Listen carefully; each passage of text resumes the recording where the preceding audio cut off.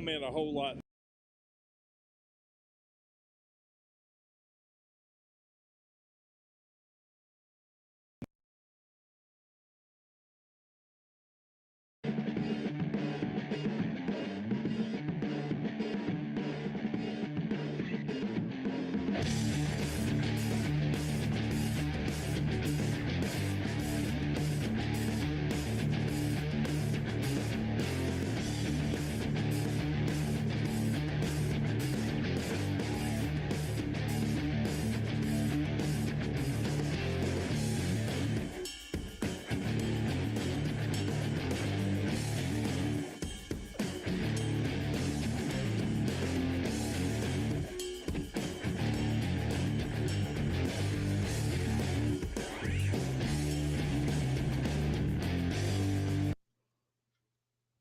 A Thursday special edition. It is hashtag Real Race Talk, the Revved Up Sports Show.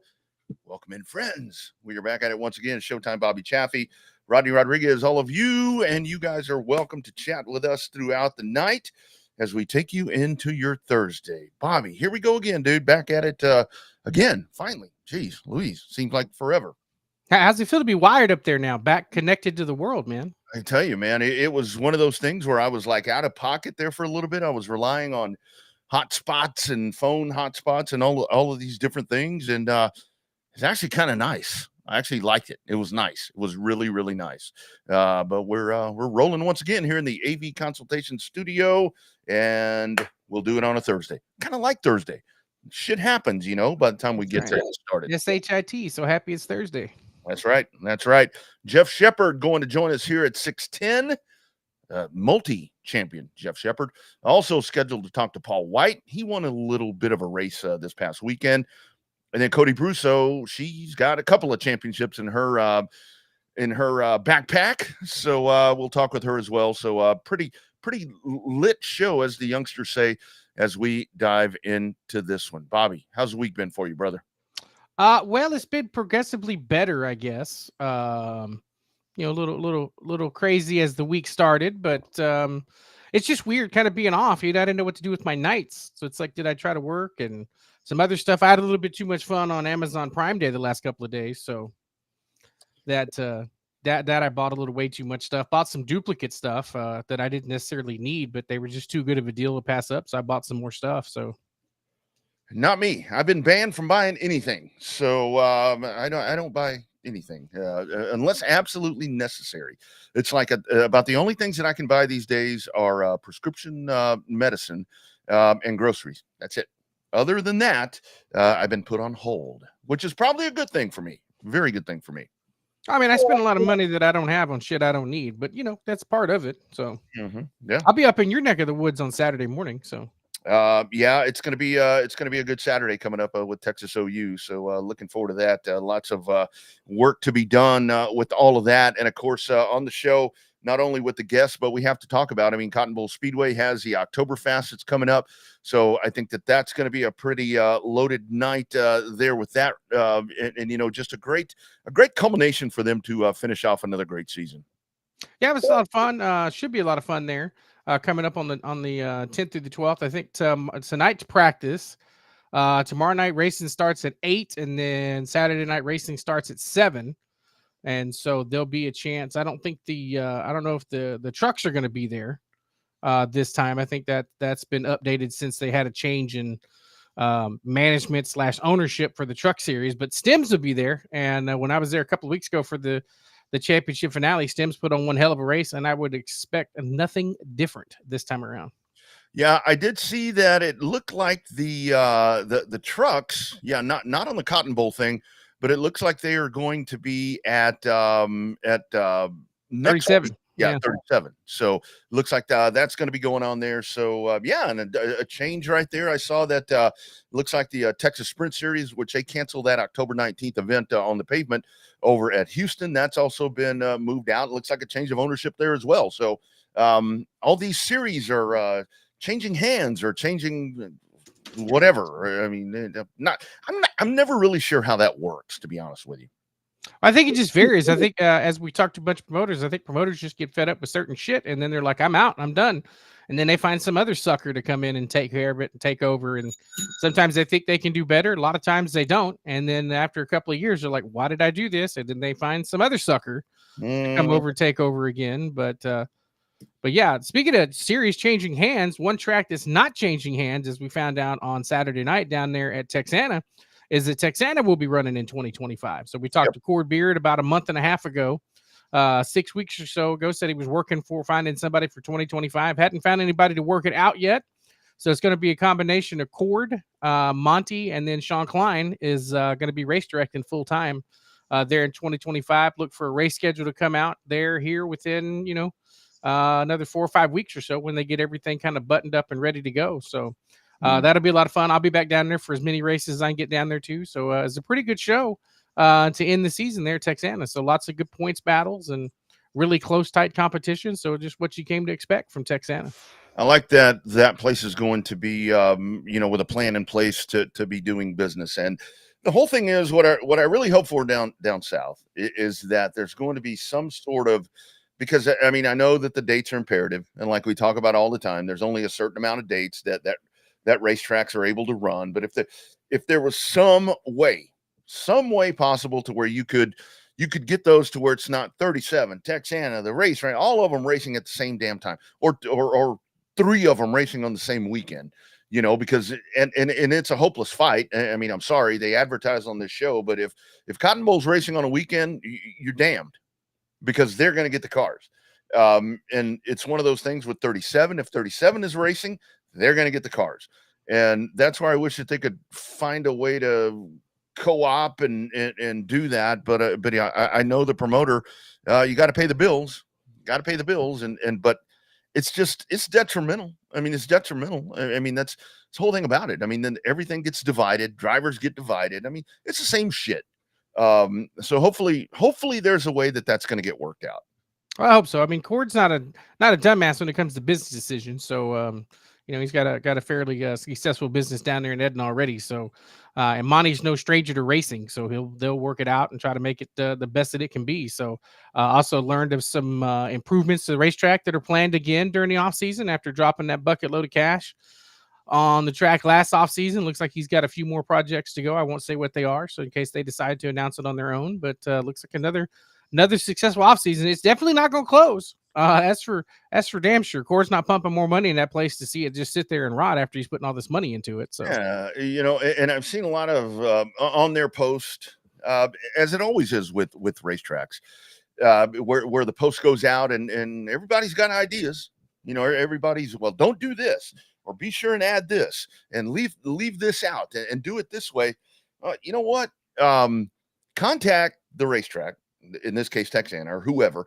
Contact them, become invested, and work with them on what your idea is, because the ideas and opinions, I mean, I'll say it like we always say it: opinions and assholes, everybody has them. Get invested, be a part of what's happening, and then you can have a little say in that. But at the same time, when you have a little bit of say of that, just because you have some skin in the game does not mean that you dictate what happens. And that's all too often what we see around here. Yeah, all too often when you see somebody try to get ankle deep in it, they want to get nose deep in it. Oh yeah, and it just becomes a shit show. That's not something you want at any racetrack. So we've seen it before. We'll probably see it again, but hopefully not here anytime soon for sure. Yeah. But very excited that track's going to be moving forward with a plan. And again, I mean, it's not a thing about slamming the South Texas tracks, because I mean that's the ongoing problem. And I mean, we've talked to drivers here on this show and team owners, and I think the promoters a lot of times don't really want to go there, because it's something to where, I mean, you don't want to mess up those relationships. But I mean, I think it's so imperative that happens. But again, those dates are like gold, Bobby, and they're hard to come by. And everybody's going to be trying to get them. And from what they say, when your track is not running, you're losing money. Well, the problem is it makes more sense if you have 3 tracks to run every 3 weeks, but that's not enough time. If you have one rain out, you're kind of screwed. on paying the bills, right? So you can't really, it's just going to be a give and take a little bit. There's definitely going to be walking on each other, but you can't find a way to make it work with, running once a month in case something happens and you're really screwed. So, those bills still come in, and, insurance is still got to get paid, electricity still got to get paid, property taxes still got to get paid, all that stuff got to get paid. So it's, if the track's not open, and have cars on the racetrack and butts in the seats, that's not a good equation to make that place stay profitable and stay in the black and stay race ready. Yeah, and I would truly say that Bobby, you and I have lived through the downfall of asphalt racing in the state of Texas, and I do think that not the dirt is like at that point right now, because obviously it's not. I mean, the tracks do extremely well, but you've got a lot of classes, you've got extremely long shows, and that was really what started doing the asphalt thing. I mean, where it was like, okay, we got to. Everybody that wants to have a class, we gotta give them a place to run, and we gotta let them do this, and we gotta let them do that. And I mean, right now there are just so many. If you could trim the fat a little bit, but again, that's not really a problem with a lot of these places. That there's a lot of cars right now. There's a lot of cars right now, and I think a lot of people just think that they hold a lot of power that maybe they really and truly don't. So. Again, back to the topic of this conversation. I'm very glad that TRP is going to be going once again. Yeah, it's gonna be a lot of fun. I look forward to it, and like I said, I'll go down there as long as they'll have me, and I'll hit as many races as I can. So it's gonna be a lot of fun. I was only supposed to be there for 3 races helping Owen out. And that was 4 years ago. So I did see this today. So speaking of dirt track racing and dirt cars and so forth and so on. God bless America. That's not what I'm looking for. That's the wrong page. That's my main page. Hold on a second here, and I'll try to get you over to what. Lost it. Brand new IMCA stock car. Brand new IMCA stock car. the Camaro. The Camaro. Looking. That's old news. That's been out for a month. Oh, has it been out that long? 5-star. They worked out a deal with 5-star to make a Camaro body. It looks weird. Yeah. It's like a Monte Carlo with Camaro stickers. Like, it just looks weird. The window's accurate. Yeah. But the body's got to. Remember how remember Dave Cook's old number 7, the Aqua number 7? How he had that custom made body that was kind of rounded on the doors, where everybody else had the sheet metal doors that were straight. Kind of the same thing with a regular stock car body on a Monte Carlo body versus having that Camaro body. Mm-hmm. Yeah. Not the biggest fan of all that. I mean, to me, an IMCA stock car is what we're accustomed to seeing. I mean, those Monte Carlos and all of those type of things. I mean, I do like with that later model Camaro, I've seen a couple of asphalt cars with that. And I mean, that looks great too. And a lot of people applaud that, but they're the ones that want the asphalt stock car. And I'm like, that's not really an asphalt stock car. You want the car of old. You want the Camaro of old. That's not really the Camaro of old. So anyway, again, that's where everything progresses, and it's different. It's very different. I mean, you can't have it both ways. Everybody wants. That's why they ended up with aftermarket bodies, and I think that's when it's got out of control, when they wanted to get away from the Camaro bodies and some of the other stuff, and they started allowing the aftermarket bodies on the super stocks and the super street stocks, and then all of a sudden they wanted to run outlaw bodies. That was the downfall of that class, when they started letting them run outlaw bodies. And then, granted, I mean, the outlaws we have now are competitive, but the outlaw body cars that they had back then are definitely not the same outlaw cars that they have now. Yeah. Just because they're so different. So yeah. About the only thing is they're home built. That's about the only thing. But even now with the Outlaws on pavement, you can actually get those built for you. So again, that kind of screws up the whole concept of all of that. Waiting on Jeff Shepard. He's on the road. He said he was going to be able to do it. And I'll be very honest with you guys. With the show moving around, it was 3 different times that we were supposed to be on, and we couldn't do it because of connectivity issues. But so thank you all for being a part of this. You may get a heavy dose of Bobby and I in this program, which is actually good, because now that we have a gap in time, and I know that our Racing America crowd will really dig into this, Bobby, because I want to talk about this NASCAR thing. And I was trying to find the time to do it, and right now that we got a gap in time, I'll be damn, this is the time to do it. NASCAR antitrust lawsuit coming from 2 teams, and that's why is Trackhouse not a part of this? I guess because they got their 3rd charter in, and I guess so. Got all that money from Justin Marks' dad and Pitbull. So when he got that other investor too, that Yeah. came in, that private equity guy that came in and bought in the track house. So he's not hurting for money. Yeah. I'm very surprised that this has not happened before.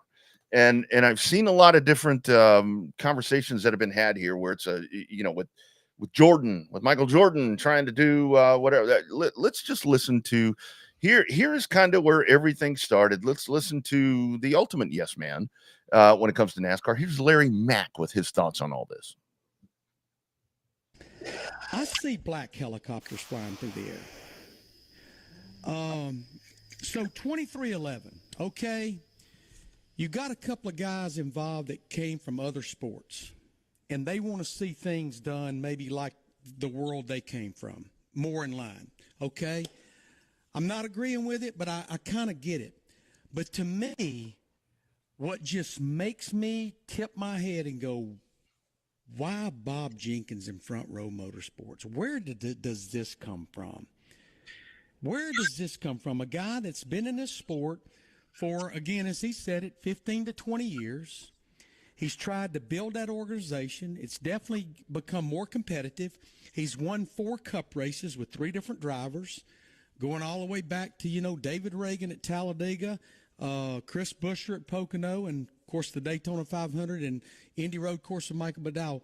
Where is this coming from? That's what's got me so confused. He's been left out. The guy's been left out, and he has spent a lot of money, and the charter thing allows him to be more competitive. He's kind of contradicting his own question right there, in my opinion. Well, I mean, Front Row has definitely increased their program. They're now a tier 1 team with Ford. They got that a lot, which is something that they never had before. They started doing there's no coincidence that their uptick in ass kicking on the racetrack started when they started getting more factory support from Ford. The alliance with Team Penske helped out a whole lot as well. But yeah, when they started getting factory support and started moving up to tier 1 status, yes, that cost money. But he's invested a lot of money. I think going back to 3 cars where he has that supposed to have that third charter from Stuart Haas. That I think that's the difference. I'm like you. I'm surprised Trackhouse wasn't in it because they were trying to go from 2 cars to 3 cars. And so maybe they found a way to make it work versus the way I understand Michael Jordan's position of wanting to make it. We saw in 2020 the power of money with a TV contract to these racetracks. If it was not for TV money, NASCAR would have been on the shelf like every other major sport. But because of the fact they had billions of dollars that went into a TV package, and they're the only sport that could race without fans or that could compete without fans, really, that showed it. But now, it just shows the importance of the charters.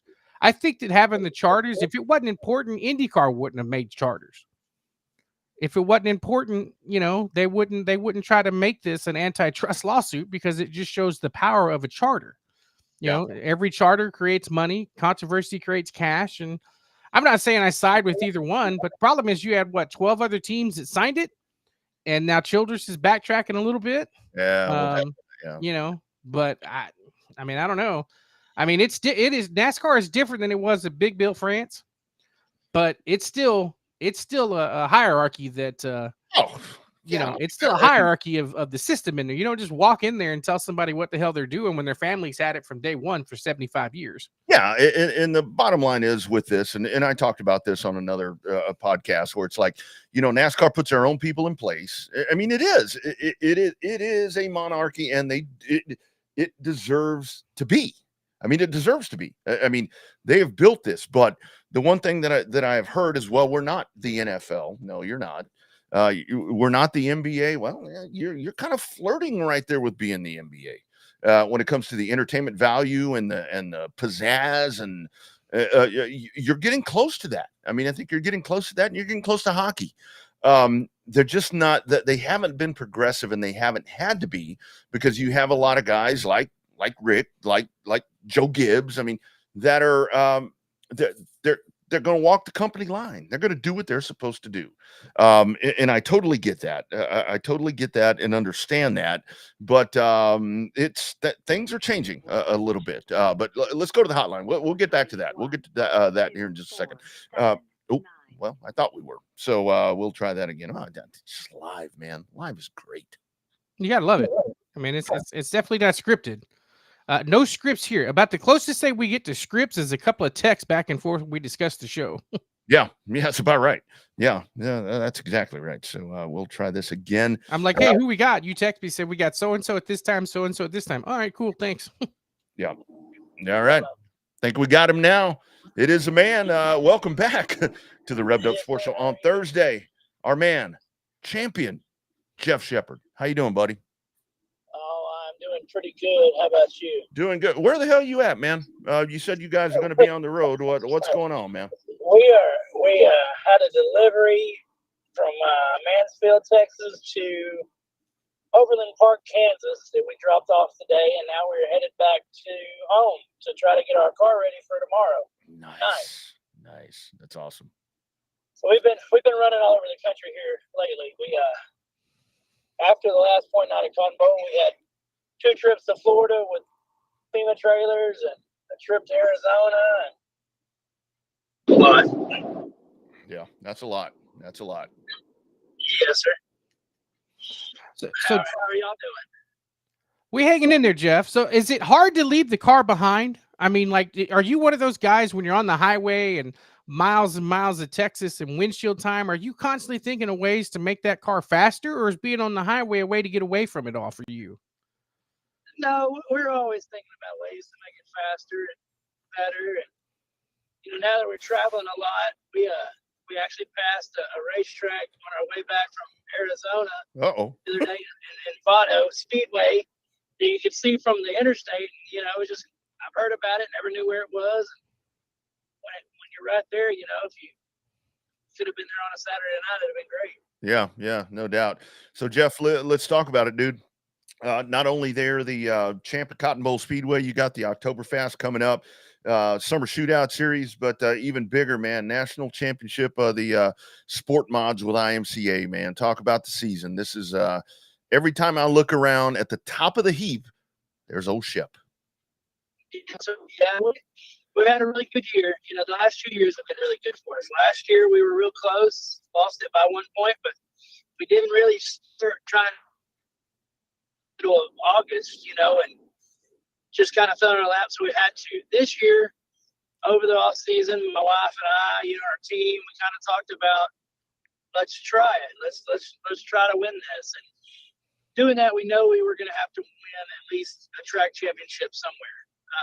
So we kind of went in planning mode to race somewhere every night. Wound up racing Heart of Texas Speedway and Cotton Bowl Speedway every night to try to win track championships there. Lost by, I think, 7 points in Waco to Brandon Garrett, and then won the one in Cotton Bowl. And so that we got that done, and that's what allowed us to win the national championship. It's awesome this year. So the point structure and the things that they have in place, you really have to race hard to get it done, and that's what we did this year. We raced hard. Mm-hmm. So Jeff, how much change do you make? Do you just drop rear ends when you go from hot over to Cotton Bowl, or is it more? Is it just? I mean, it can't be just the same as washing the dirt off, loading it back up, and taking it back out of the trailer, right? You got to change a lot of stuff to go from Heart of Texas back to Cotton Bowl. Well, early in the year, we were changing rear ends, and the rear end combination that I have, we are actually having to change rear end and transmission every Saturday morning. Not only getting the car cleaned up, ready to go repaired. So after talking to a few different people, our engine program with Russ Fletcher at Fletcher's Racing Engines, talking to him and just everything, he said, just run the same gear that you run everywhere else. Just take it there and you'll be fine. And so, I mean, probably 3 weeks in, we were taking the same gear and everything to Cotton Bowl that we were running in Waco.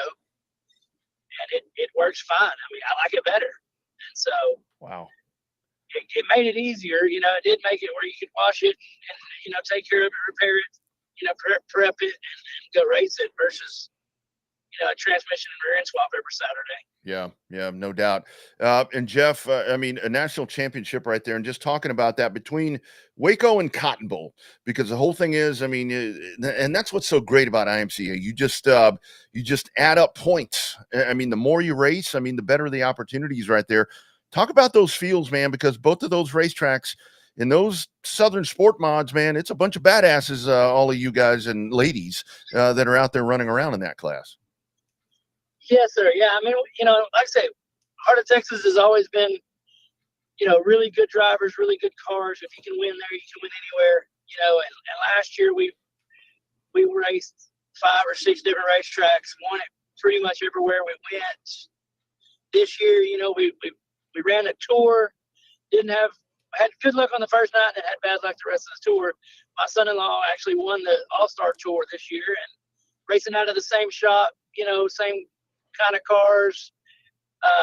He has a generation car also, and it still made it good. It still came home with us, but just the two tracks are so different. The driving style there, but the aggressive nature of trying to win is the same, and so we just we had a lot more luck at Cottonville this year than we did in Waco. We just didn't have very good luck at all in Waco. We had good luck in Oklahoma this year. Just Waco was rough for us. Yeah, for sure. So Jeff, talk about Justin, man. Obviously Justin's a friend of the show. He's a friend of mine. Those GRC cars, we don't know the exact speed secret. He hadn't told us. Maybe he told you. But man, those GRC cars have been kicking ass for a hot minute up here now. Talk about racing with GRC and Justin Long. Man, it's like no other car I've ever driven. And no, he won't tell me any secrets. He tries to keep those pretty good, I guess. But honestly, they if you get them right, which is pretty easy to do nowadays, they work really, really good. Myself, my son-in-law, Justin's other cars, one of his cars won Rookie of the Year this year, and a track championship also, and our success, and Trey's success. I mean, that all speaks for itself. 3 different drivers, 3 big, championships. And my car by itself within the last 2.5 years, I mean, we're close to 50 wins. Damn. On one frame. That probably don't help sales with a lot of frames, but when you can buy one car every 2 or 3 years, you don't have to buy one every 30 races. That really makes a big difference, for a racer, especially a budget racer. Yeah. They're just, the feedback from Justin is great, like nobody else that I've ever dealt with. And if it wasn't for Justin, we wouldn't be here. He's helped our team out, not only with that car, but, a lot of other stuff. Parts when we can't get them, and between him and his guys, his team, we had to use a motor one night. We just it's a whole group effort. Yeah. For GRC. Yeah, no doubt. Jeff, I mean, how great for you. I mean, something you said right there. I mean, when you said budget racer, because that's really the thing right there. I mean, when you don't have all the resources and all the different things that some of these others may have, I mean, to look at your name, to see Jeff Shepard and to see national champion, dude, that's got to tingle just a little bit in some good spots. It really does. Since IMCA Sport Mod came to Waco, 2004, I guess, 2003, I've always dreamed that could be a possibility, but I've never had the best equipment. I've never had the funds to do it, and stuff. And these last few years, I've decided I don't want to race with anything less than the best of everything that I can have. And I do have some good sponsors that help me with that, but it's still a lot of money out of my family, just blood, sweat, and tears, and my wife sacrificing, me sacrificing, everybody around us sacrificing to race with the best equipment every time we go to the racetrack. Mm-hmm. To get it done. Yeah. But, I still do consider us a budget racer. We're not a big funded team. We have some decent sponsors that help us quite a bit, but most of it, like I say, is just friends and family that help us. Yes, sir.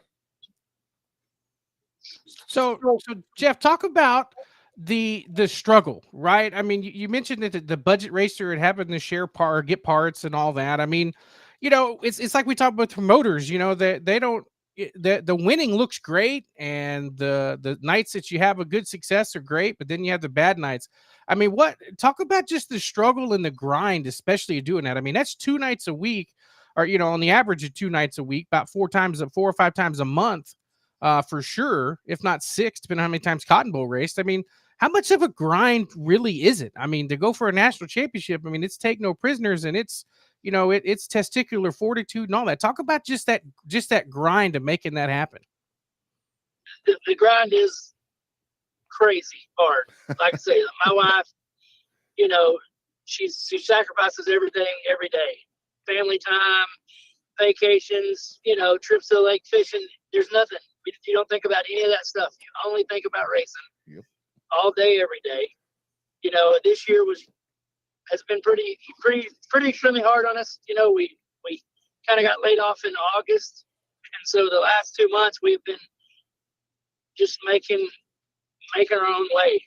Kind of starting our own little small business and working together side by side every day, trying to keep our bills paid, trying to keep our suppliers of some of these parts paid up enough to keep giving us some stuff as we need it. Yep.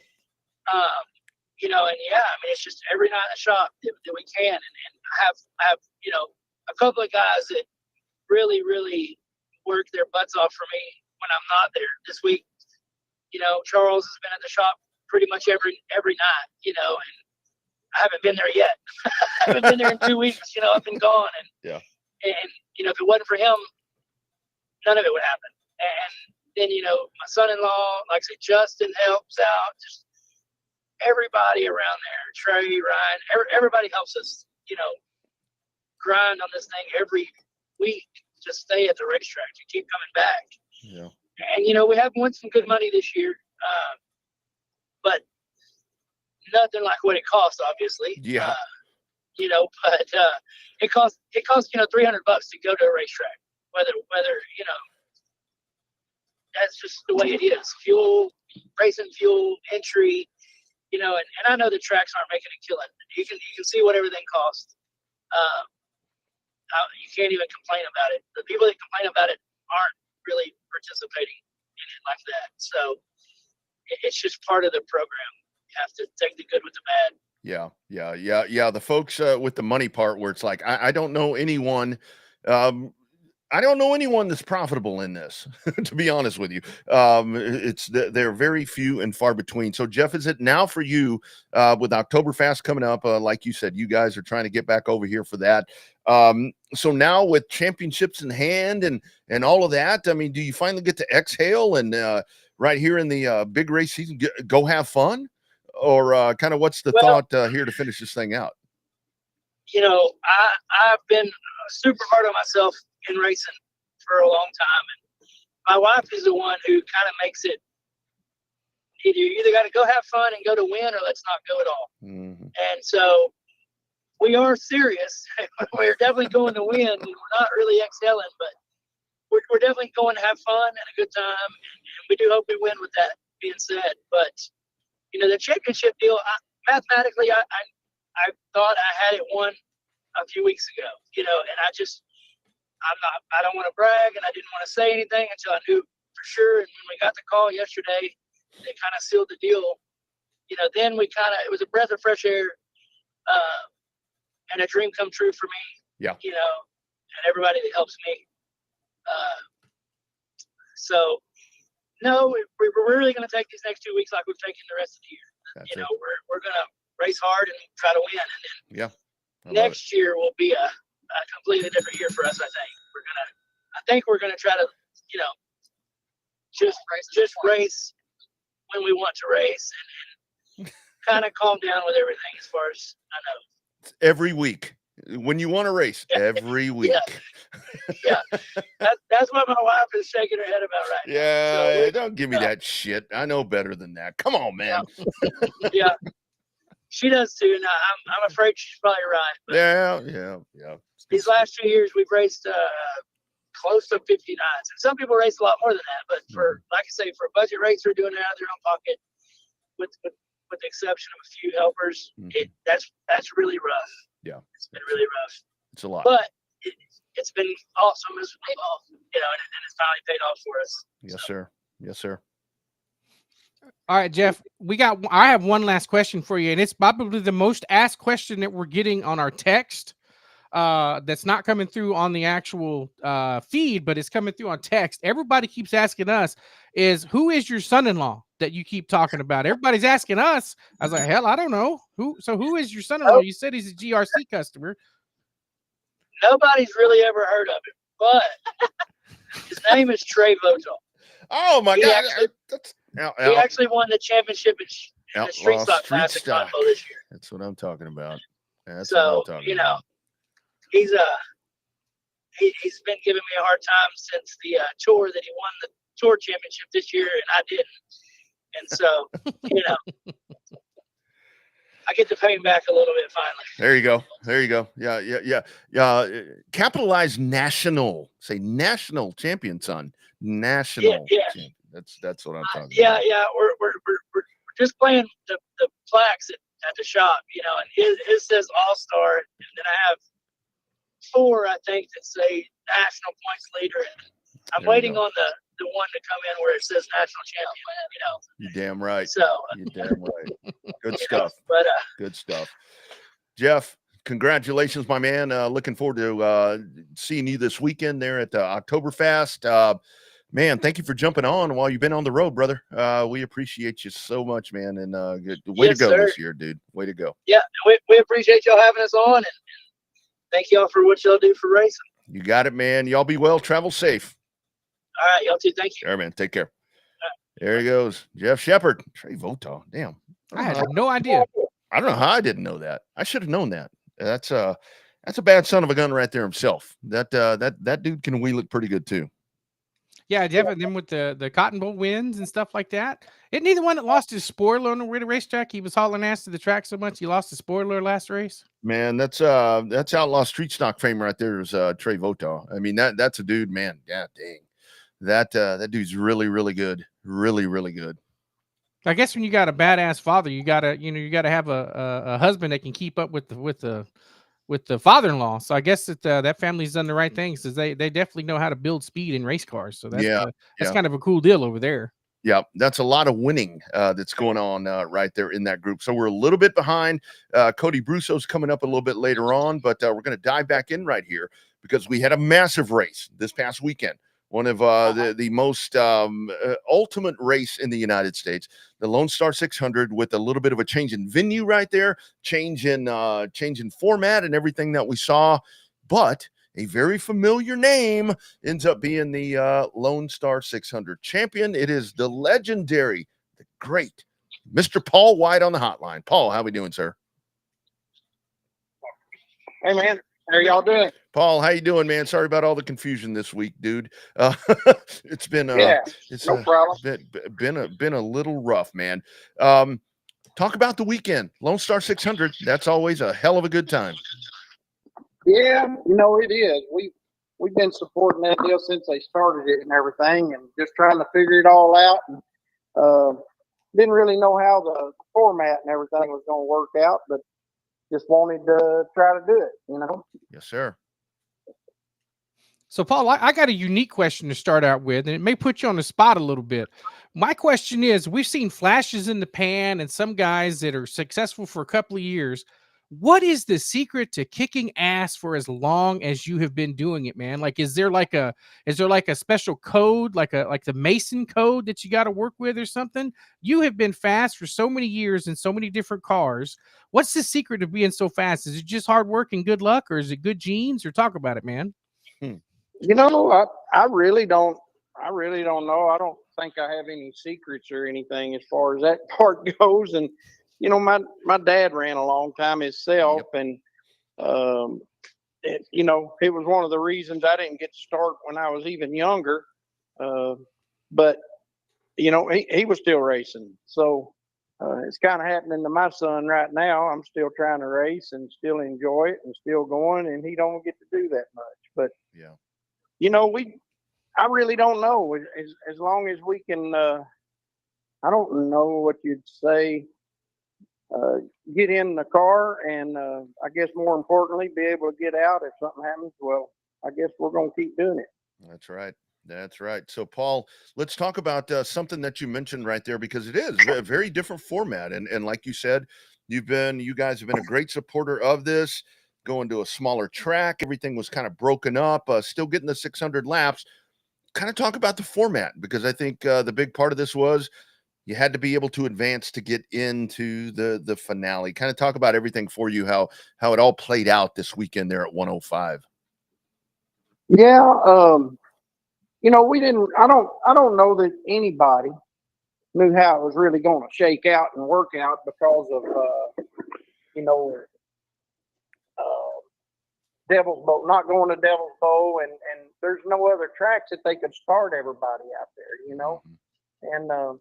And they came up with an idea, and you know, I think they pulled it off. You know, we hurt some tires, but we ran a lot of laps. We hurt tires at all the tracks that we've run at, you know, especially when you run those kind of laps. But yeah, all in all, we didn't have to follow the leader. We could pass. It was a pretty good time. It was really interesting. Actually, we ran 200 laps, you know, the first night, and didn't really know how it was going to shake out. And we were fortunate enough to run second in that deal, and I was thinking, dang, you know, there were several of us right there together, just like we ended up being in the big race too. And I'm like, man, you know, I didn't have much left. I had to know where, you know, do we need to be faster? Do we need to be more conservative? You know, didn't really know how it was going to shake out. So, Paul, what's the car prep like between preparing an enduro car and preparing one of your regular cars? Is it the same basic concept, or do you more nut and bolt the enduro car versus the regular car? Because to me, as an outsider that hadn't raced in 20 years, it seems like they're two completely different animals. But from your take, is it the same thing, or tell me about that? You know, it's kind of the same thing, but we do go to more extremes versus a car that's got to make it 20 or 25 laps versus 200 or 300 laps.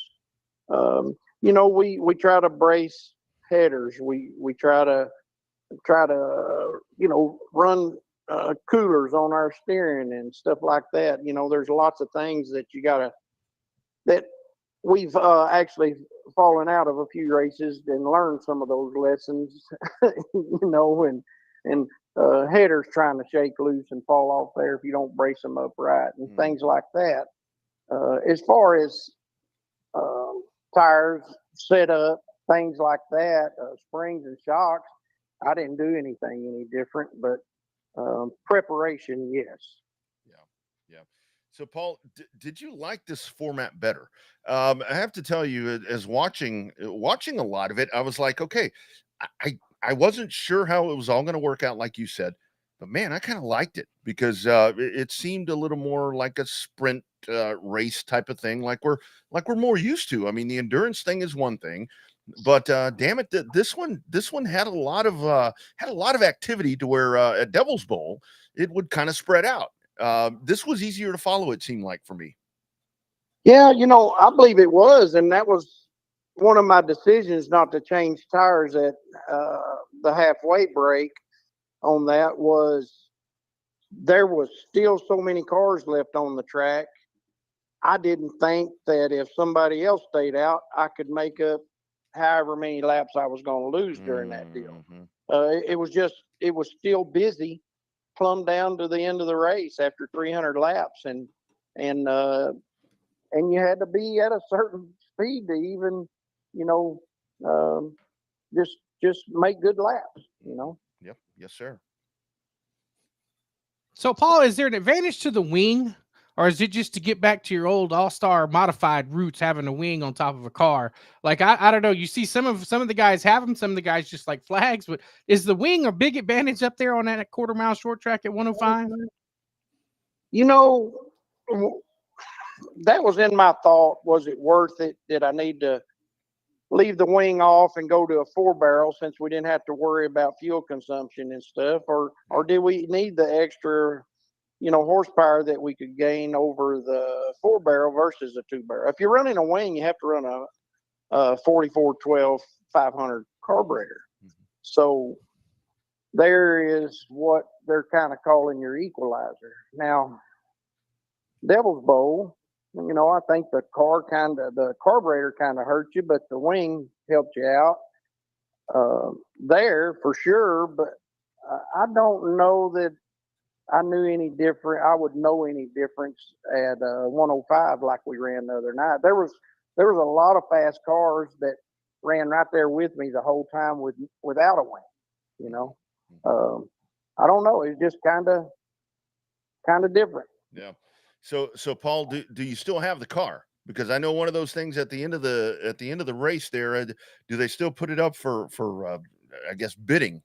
Yeah, still in place. That changed a little bit Okay. going to this format. I didn't get anything auctioned off. If I would have won it Friday night instead of running second, I understand the way I read the rules that we would have had our engine, I believe, auctioned off. But I didn't see anywhere in this rules package that said the car now like it was in previous years at Devil's Bowl. It's not really, you can question some things. That's one good thing about this 600, but Jack Barfield and Brad Dixon's got it kind of figured out. They got a 1-page rule book. That's it. Okay, it's pretty nice just to look at that and say, okay, and okay, and that's what you got to work with. So that's a really nice part of that, Yes, sir. So, Paul, we got a picture up on the screen that shows you standing behind $20,000 worth of paychecks in there. What are you going to buy with that money? You going to buy new cars? You going to try to buy some shocks? And some of the shocks get real expensive nowadays. I mean, what all does a racer with your experience do with an extra $20,000?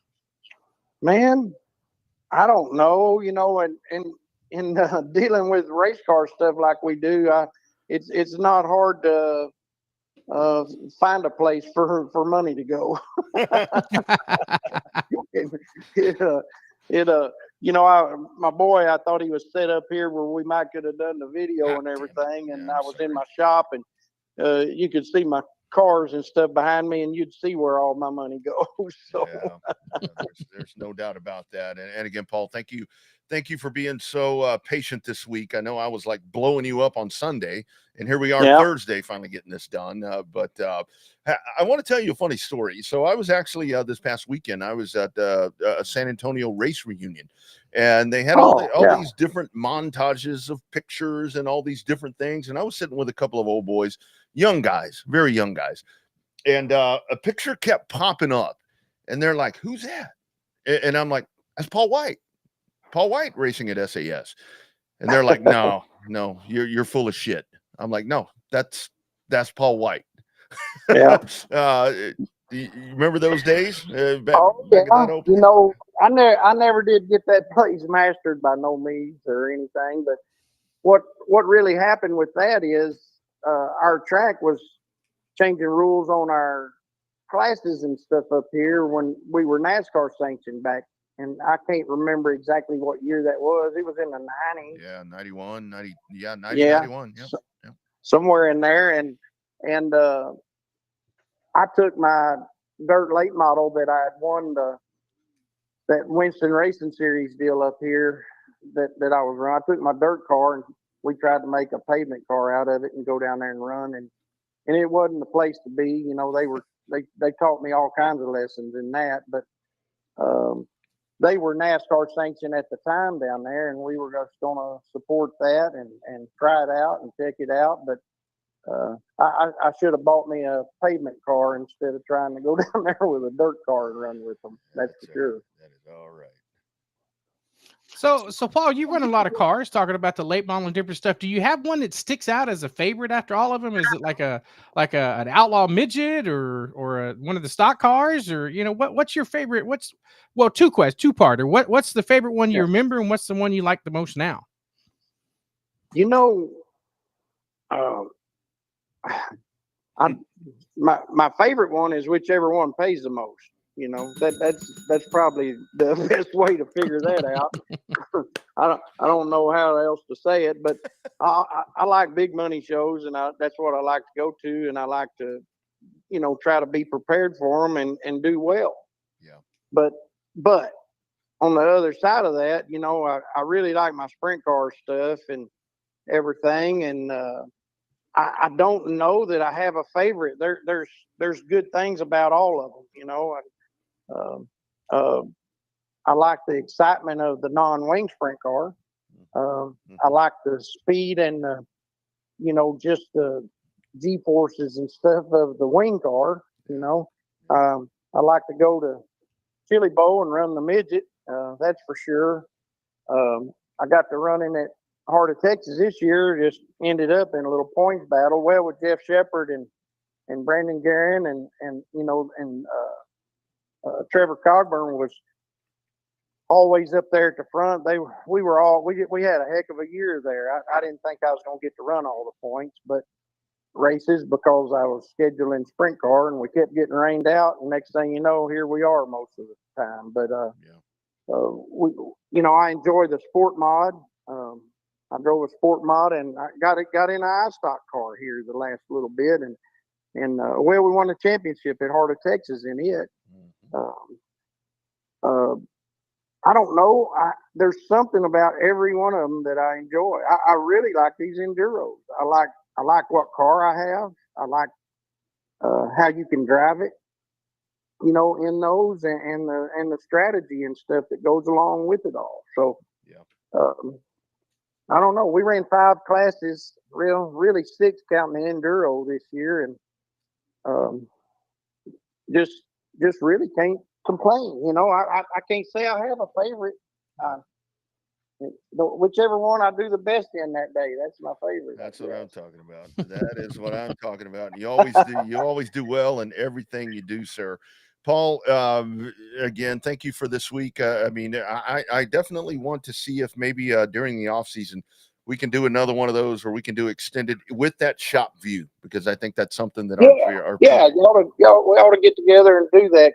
Can I thank a few of the people here that we were doing that? Do we have time for that? Sure. Yeah. Take all the time you need. I've got a partner in this enduro car, and it was Marty Robbins, and he builds the engines and builds race engines for a lot of people that race out here at Waco and everything. So, I got Robbins Race Engine, which is Marty and Whitney, and brake and clutch for Richie and Cheryl, and Wicked Fast Transmission, and Richard Pickens. China Spring Lube and Service is Greg Wade. And, P1 Performance, and and I got a lot of that. That's all of them on my 600 car, my enduro car. But I got a lot of personal people that helped me for years and going on. Race On, Chris Davis and stuff. He's always helped. I got Lone Star Super Gas, Deathridge Optical, Tubbs Paint Body, Peeper, Peeper Racing, Skip, Bell County Iron and Metal with Bill and Billy Buckmeyer, Bell County Electric, Kenny Stone and them, Champ One Race Fuels, my brother Keith, and I really want to thank, BP, my son, and Jack Meoff and Rhonda, what they do, and Jeff Walter, Gary and Melissa, Dee and Bree and Shelby, and Joe and Eileen out there at the Speed Cave. Have y'all been there yet? I'm gonna take y'all. Y'all got to get together with me. Let me get y'all out there if y'all have not. Have not been to that, Paul. I need to take y'all out there, All and right. And I got these other cars that I've been driving with was the PJ and Stephanie Kingery. Man, we've really worked at things this year, trying to keep me on track and doing things. And, I really got to thank them for letting the old guy, old fat bald headed guy still come out there and do what he likes to do, and I just appreciate all that. So I wanted to bring him up and talk a little bit about them and say, just recognize them all I can. Yeah.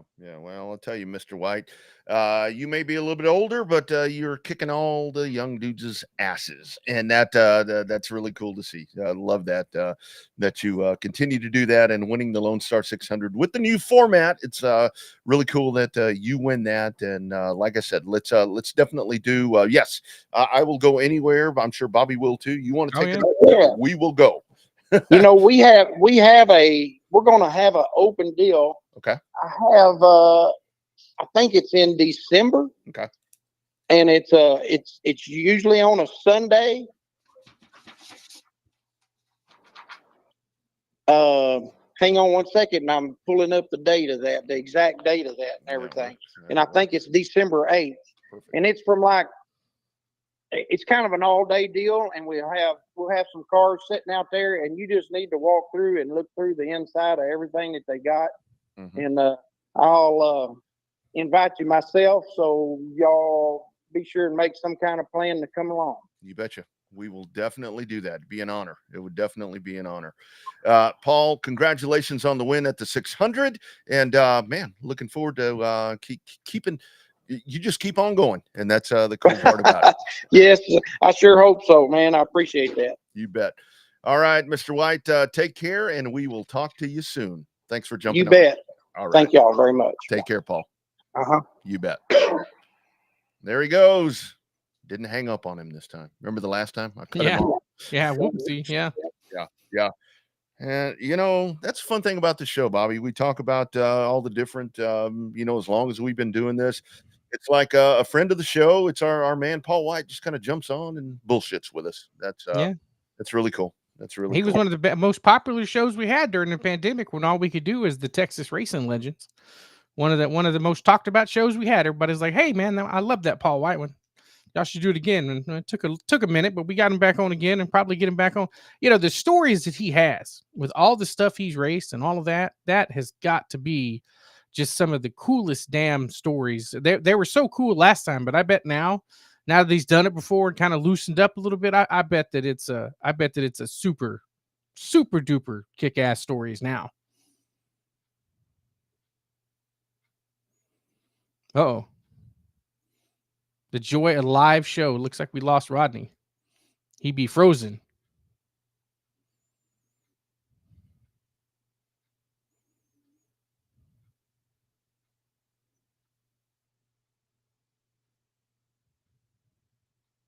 There we go. All right. So it looks like Rodney's having some technical issues again. Right when he thought he had everything rewired and re-racked and stacked up in the audio-visual consultation studios, I won't tell you what brand of internet he's got, but I wasn't the fan when he told me who it was. But anyway, so we thank everybody for hanging out tonight on an unusual night for us on a Thursday night. All things considered, we should be back on the air on our normal time slot next Monday. There at 6:30 on Columbus Day, Indigenous Peoples Day, depending on what you call it now. Some people have the day off, but not us on that Monday. We'll be back at the show, hanging out, ready to go. And in terms, if you missed it earlier at the top of the show, we ended up letting everybody know that there will be a 2025 season coming up at Texana Raceway Park there in Edna, Texas. It was announced during the drivers' meeting that the track owner, Cord Beard, intends to keep the place open and that he's going to get a little bit of help from the Wharton County Playboy, Monty Chamberlain, as well as Sean Klein coming on full-time as the race director there for 2025. So all things considered, lots of good stuff to be had there down in South Texas, down along the Gulf Coast. Speaking of Gulf Coast, we'll probably touch on it in a minute when we get Cody back on. Our thoughts and prayers go all to the affected areas down there at the Gulf Coast with Hurricane Milton that come blowing through Sarasota, Tampa, and St. Petersburg. If you had a chance to look at the news, it's all over the news. The roof of Tropicana Field is just trashed, no longer in existence now. Lots of damage down there, though, like they said today during the press briefing with the governor, was not as bad as forecasted, which doesn't mean it still wasn't bad. Just means it wasn't near as bad. So definitely lots and lots of prayers and thoughts to them in Florida. Also back to our friends in Western North Carolina and Eastern Tennessee. We've seen the stories of success for some of those people. A lot of those people still struggling, trying to get their lives back together. Lots of houses destroyed, lots of lives just definitely just in the blink of an eye changed. And if you ever been through a major natural disaster event like that, like a fire and a flood, you know what it means to have everything that your daily grind lost after that. So definitely our thoughts and prayers with the people in North Carolina continued over there. So we're waiting on Rodney to come back. He has not actually texted me to tell me the ETA or tell me what the problem is. But it looks like we just have a little bit of issue here. Waiting on him. Jennifer, you missed a good check of the show with Jeff Shepard and Paul White just checking in. So if you get a chance, you'll check it out on the replay. Also, if you're interested in finding us on the replay, obviously Facebook is the right place. But if you check out our YouTube channel, we have a lot of exclusive content coming to the YouTube page. We also simulcast on that YouTube page as well. And it is actually a little different name. We've realigned it with the media company that Rodney has started. It's R-IV or R4 Sports Media. That is the best way to find if you're looking for it, the Revved Up Sports Show and some of the other media properties that Rodney and I participate in can be found there on the R4 Media. And so they end up having to be the preferred place to make sure you're a subscriber. We're looking at giving away some different stuff for our subscribers that pop in to be number 499, 500, and 501. We'll be giving away different stuff when we get notified as we get closer to those dates. Also want to thank our sponsors for the show this week, Audiovisual Consultations, Tom McKay, and the gang up there just outside of Austin. As you know, you can't see it now, but they outfit Rodney's studio with all the TV and sound gear and stuff up there. We can't do what we love to do without our friends at On Demand Shirts. We thank James Cole and the gang down there. They keep us looking good, keep lots of racers looking good. One of the sponsors coming up this week at Cotton Bowl Speedway, there for the Oktoberfest, starting tonight with some practice, some preliminary action tomorrow night at 8 o'clock, and then Saturday night rolling right at 7 o'clock for their annual Oktoberfest race event. They encourage you to wear pink in honor of Breast Cancer Awareness Month, so lots of cool things there at Cotton Bowl Speedway. Lots of big racing action coming up. Don't forget on the 19th, our friends down at I-37 Speedway will be racing. And you got some big racing action at the South Texas Race Ranch. You got the Fall Classic at Heart of Texas there in Waco. And then just keep in track. You got the DKT Memorial coming up at I-37, along with the first weekend in December. We'll have their big $10,000 to win IMCA Modifieds. And then you also have it there back when you get a chance to come to the racetrack. Speaking of racing, Cody, you're right. Rodney's ghetto. That is definitely what happened with his internet. I think what happened is he said he had some people in his front yard trying to bury the cable. And I bet money that as they were burying it, they cut it in half again. So I don't know exactly how he's going to get back on track, but Cody, thanks for at least attempting to come on, especially down in your neck of the woods with everything happening there in Florida.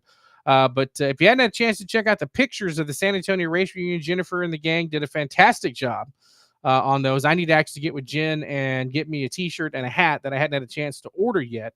But like I said, I had to miss the event to go down to Texana Raceway Park there in Texas for their season finale. And so we look for stuff to be happening right there. All in all, it's been a good couple of weeks, and we're in big money season in terms of trying to do that. I'm checking with the producer, a.k.a. Rodney, about what he wants to do next. I don't think he's got any internet to come back, so we may end up cutting the show a little bit short. Cody, we have to give you another rain check, get you back on the show again, depending on what Rodney says coming up here, what we have going on here. So let's see here. No, that's not right. That's not right.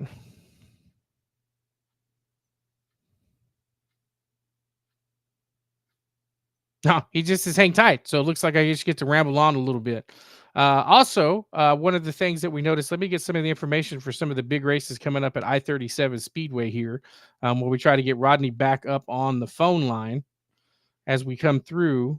They're having a big race next weekend on the 19th. And then they will October the 19th, all in design nights. They have late models, fireballs, factory stocks, E-mods, and trucks. Special edition to the trucks. That is going to be next weekend, October 19th. Admission is $20. Senior military, $16. Children, 6 to 12, or $6. 5 and under are free. And they do have a cooler charge down at I-37. That's a max of 12 beers. Pit passes are $30. Car and driver races is $50. So check out i37speedway.com. Gates open at 4. Spectator gate opens at 5, and racing starts promptly at 7 o'clock. Also, if you come around and you have the day, they're going to have the Texas Showdown there at I-37 December 5th to 7th. That is the $10,000 to win IMCA mod. That runs Thursday, Friday, and Saturday. You're going to have a barbecue and beer after the practice there on Thursday night. Friday night is heat races and A qualifiers. Factory Shocks will be running the full show with IMCA modifieds and limited modifieds, heat races and qualifiers. Saturday, there December the 7th, you've got IMCA modifieds, limited modifieds, heat races, LCQs, A features, and the factory stocks are running a big time show. As we said, $10,000 to win for your IMCA modifieds, $500 to start, and only $150 to enter. Coming up about a week or so before that, the week before Thanksgiving, down at the South Texas Race Ranch, our buddy KR runs the South Texas Shootout, presented by On Demand Shirts, November 21st, 22nd, and 23rd. Topless limited modifieds, $5,000 to win, $300 to start.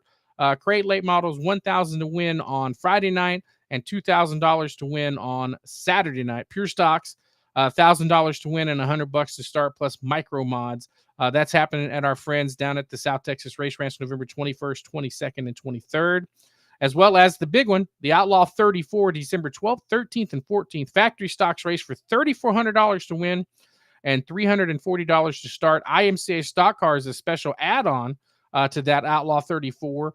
Friday night pays $2,000 to win, $100 to start. Saturday night, $3,000 to win and $200 to start. And then a big person, E-mods, $1,000 to win and $100 to start, along with the micro mods. So lots of big racing action. Don't forget about the Fall Classic coming up at Heart of Texas Speedway here in just a couple of weeks. We talked about some of the different things that they had going on there at Hot Speedway. Information on the Fall Classic, October 24th through the 26th. Gates open on Friday night, the 25th. Gates open at 6. Racing starts at 8. And then on Saturday, the 26th, gates open at 5. Racing starts at 7. Lots of good paydays there. Modifieds, IMCA modifieds. Well, actually, I think it's just regular modifieds. $3,000 to win. Non-qualifiers get $100, and from 9th to 24th pays $150. IMCA stock cars, $2,000 to win, $150 to start. IMCA sport mods, $2,000 to win, $150 to start. And factory stock, same purse there, $2,000 to win and $150 to start. 305 sprint cars run on Saturday. Junior limiteds are running for $500 to win, and Outlaw street stock, same thing, $2,000 to win, $150 to start. As we said, that takes place at Heart of Texas Speedway, the 27th Annual Fall Classic, October 24th through 26th. Still checking in to see. Also got a note there on our Facebook feed that from Jennifer that there's $1,000 to win in the Texas Dirt Truck Series down at I-37. And so we have lots of good stuff. Check out heartotexasspeedway.com for information on the 27th Annual Fall Classic, presented there at Heart of Texas Speedway. So let's see here.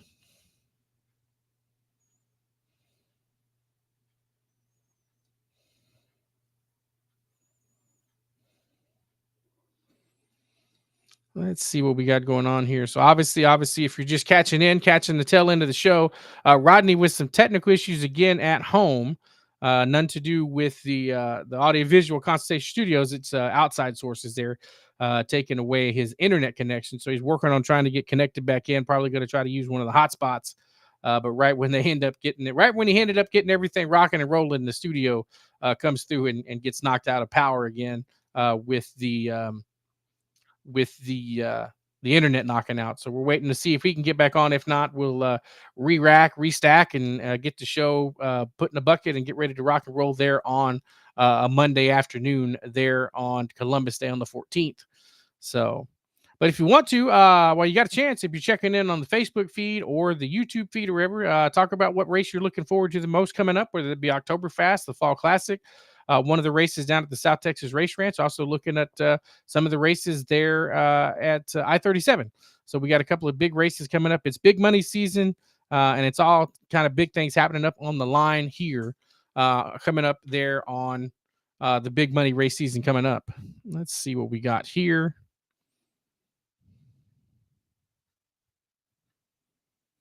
Also, one of the things that we didn't get to mention is also coming up next weekend on October the 19th is the oval track there at Houston Motorsports Park continues. And they will end up being, they just announced it here that they're going to run the trucks. Gates open at 5, racing starts approximately, I don't know, 7 o'clock or so. $1 hot dogs, $1 beer, free parking. Also a Halloween contest and some other things that are going on now. If you needed to book your hotel, you can stay at the track official hotel, the Holiday Inn, their International Airport there on Kennedy Boulevard. The trucks are added to the schedule on the 19th, $1,000 guaranteed to win, along with the Outlaws, the Legacy, the Legends cars, Crown Vics, the ever popular spectator races, Eco Stocks, and more. Don't forget about they will have a Halloween contest with prizes for the kiddos. So lots of cool stuff happening there at the H&P Oval coming up here. Almost forgot about them. If you can, check them out on Facebook at the H&P Oval or H&P Oval there on Facebook. So lots of the updated stuff there. Let's see what else we got. I think I covered everybody that we have with the trucks. Let's see here. They are not running. If you're checking in, they are not running the sprint cars there on the 19th. It looks like they had a change in management over there, not able to run that particular race. So let's see what else we got happening here. I think that pretty much covers everybody. So everybody just sit tight for a minute. Let me restack and see what we come up with here on everybody's favorite Monday night show on a Thursday. It's the Revved Up Sports Show. Be right back.